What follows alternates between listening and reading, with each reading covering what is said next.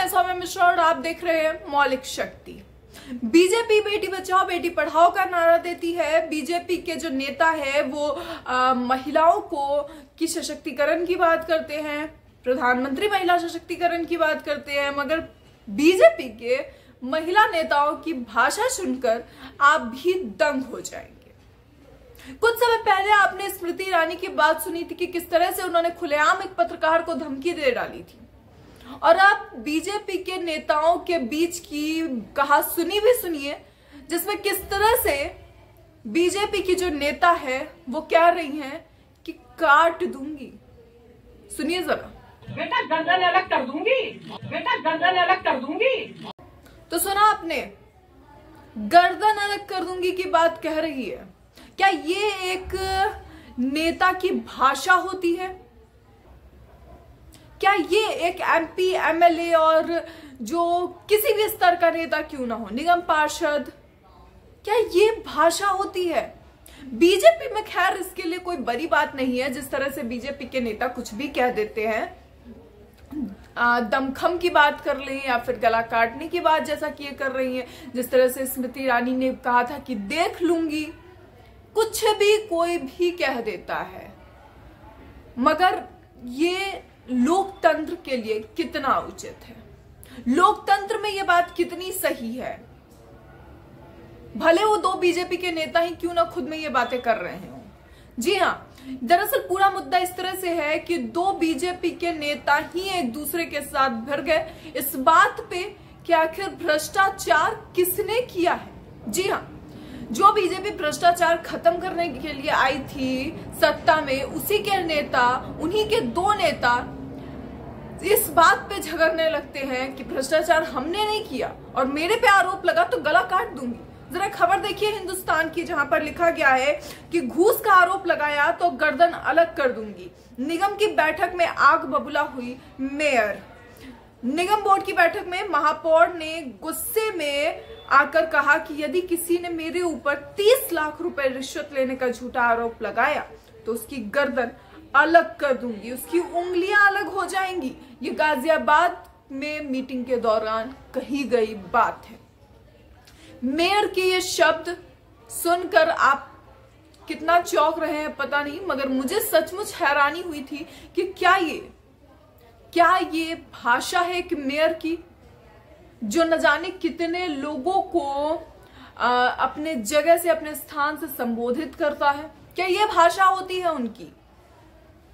Video में जिस तरह से दोनों नेता झगड़ते नजर आ रहे हैं, उसके बाद जिस संस्कार, संस्कृति और सभ्यता की बात बीजेपी करती है, वो तो खैर गंगा में उन्हें बहा देना चाहिए, जिसे लेकर वो लंबी लंबी बातें करते हैं कि हम संस्कार और संस्कृति साथ लेकर चल रहे हैं। इस भाषा के साथ तो ये कहना थोड़ा सा गलत हो जाएगा, और थोड़ा सा नहीं, बहुत ज्यादा गलत हो जाएगा, क्योंकि जिस तरह की भाषा बीजेपी के नेता इस्तेमाल करते हैं, वैसे में ये इस तरह की बातें उन्हें शोभा नहीं देती जब वो संस्कार, संस्कृति और सभ्यता की बात करते हैं। पिछले दिनों आपने टी राजा की भी बात सुनी थी, तेलंगाना से बीजेपी के विधायक। किस तरह की बातें वो कह रहे थे और किस तरह की बातें उनके शब्दों से झलक रहे थे कि आखिर कितनी सभ्यता है उनके अंदर। देखिए कि आखिर खबर में क्या लिखा गया है आगे। गाजियाबाद में नगर की बोर्ड बैठक में सुबह से ही हंगामा होता रहा। भाजपा पार्षद सचिन डगर ने राजेंद्र नगर के एक पार्क से फैक्ट्री तक जाने के लिए रास्ता देने का मामला उठाया। उन्होंने सदन में कहा कि यह रास्ता पार्क की जमीन से दिया गया है, जो कि गलत है। पार्क की जमीन पर सड़क किसने बना दी, इसकी भी किसी को जानकारी नहीं है। इस पर पार्षद ने कहा कि इस काम के लिए किसी ने 30 लाख रुपए की रिश्वत ली है। साथ ही यह भी आरोप लगाया कि महापौर सुनीता दयाल ने पुलिस को फोन कर कब्जा करने वाले लोगों को थाने से छुड़वाया था। यानी कि कुल मिलाकर सीधे उनका कहना था कि जो मेयर है उन्होंने 30 लाख रुपए रिश्वत लिए थे।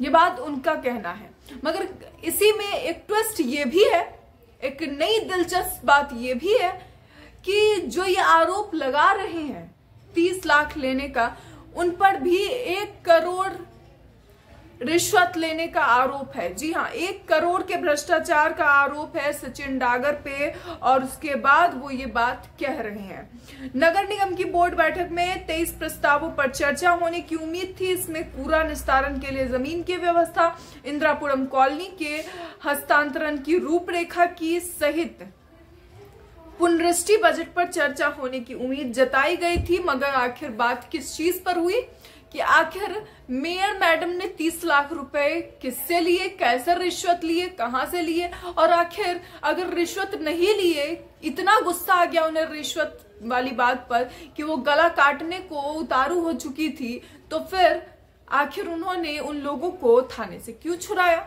इन्हीं बातों पर चर्चा के दौरान मेयर साहिबा गुस्सा गई और उन्होंने वहां पर एक सीन क्रिएट किया, जिस सीन का वीडियो वायरल होने के बाद देश भर में इसे लेकर लगातार चर्चा हो रही है कि आखिर बीजेपी के 2 नेता एक दूसरे के साथ क्यों फिर गए। में से थोड़ी दी जाएगी तो पार्क में से किसने दे दिया? उन्होंने ले ली पार्क में से। मैंने आपका तो नाम ही नहीं लिया कहीं भी। नहीं, वो 30 लाख रुपए की आपका नाम लिया 30 लाख में मैंने। नहीं, सुनो बेटा, गर्दन अलग कर दूंगी। नाम मेरा ऐसा 30 लाख कैसे रिकॉर्ड हो रहा है? हो जाए रिकॉर्ड कर लीजिए। किसने दे दिए वो बताए तो सही, किसे दे दिए 30 लाख? तो दोस्तों, ये था कारण इन दोनों के भिड़ने का। मगर बीजेपी जिस तरह से ऐसे कारनामे कर रही है, ऐसे में ये कहना मुश्किल है कि कहीं ऐसा ना हो कि अपने कारनामों के कारण ही मुंह के बल गिर जाए, अपने नेताओं की ही कृपा से मुंह के बल गिर जाए। इन्हें विपक्ष के किसी भी बात के कहने की जरूरत ही नहीं होगी, विपक्ष के किसी हमले की जरूरत नहीं होगी, क्योंकि ये तो खुद में ही खुद को निपटाने की कैपेसिटी रखते हैं। बीजेपी के नेता अगर इसी तरह से बातें करते रहे तो हो गया। फिर जहां एक तरफ विपक्ष को वो कहते हैं कि एक के बुरा लगने पे दूसरे को इसलिए खलबली मच जाती है क्योंकि शायद वो भी भ्रष्टाचारी है, मगर कम से कम वो एक दूसरे के लिए खड़े तो होते हैं। बीजेपी के नेता तो एक दूसरे की नैया खुद ही डुबाने में लगे हुए हैं। ये देश की नैया क्या बचाएंगे? क्या इन्हें लगता है कि इस तरह की हरकतें करने के बावजूद लोगों की आंखें बंद है, लोगों को ये चीजें नजर नहीं आ रही है, देश की जनता आंखें बंद करके बैठी है?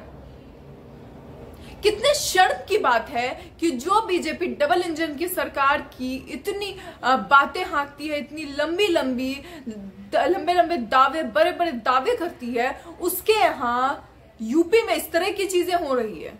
योगी आदित्यनाथ जी को इस पर थोड़ा सा ध्यान देना चाहिए। राम मंदिर से नजरें हटाकर और भी कार्यों पर जरा नजर घुमा ले, बढ़ते हुए आरोप के मामले देख ले, क्राइम के मामले देख ले। जिस तरह से लगातार यूपी महिलाओं के साथ हो रहे गलत अत्याचारों में सबसे आगे है, उन सब पे भी थोड़ी नजर डाल लें। मगर नहीं, बीजेपी के नेताओं को तो ये करने से फुर्सत ही नहीं है कि वो एक दूसरे के साथ झगड़ ले, एक दूसरे के भ्रष्टाचार की पोल खोलते रहें।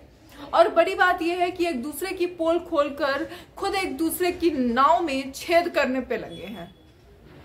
कहते हैं ना, जिनके घर शीशों के होते हैं वो दूसरों के घर पे पत्थर नहीं फेंका करें। मगर फिर भी इनके अपने घर शीशे के हैं, मगर हम फिर भी दूसरों के घर पे पत्थर फेंकेंगे। हालांकि बीजेपी को इस कहावत से कुछ सीखना चाहिए। उन्हें सीखना चाहिए कि किस तरह से एक दूसरे का साथ दिया जाता है, भले हम कितने भी भ्रष्ट क्यों ना हो, मुंह बंद रखा जाता है। क्योंकि जनता तक ये बात पहुंचने के बाद मुझे नहीं लगता और ना ही जनता को ये लगता होगा कि इन्हें चुनकर दोबारा वापस सत्ता में लाना चाहिए। खैर, बीजेपी नेताओं के इस तमाशे को आप किस तरह से देखते हैं? अपनी राय कमेंट बॉक्स में जरूर बताएं। ऐसी और खबरों के लिए देखते रहिए मौलिक शक्ति।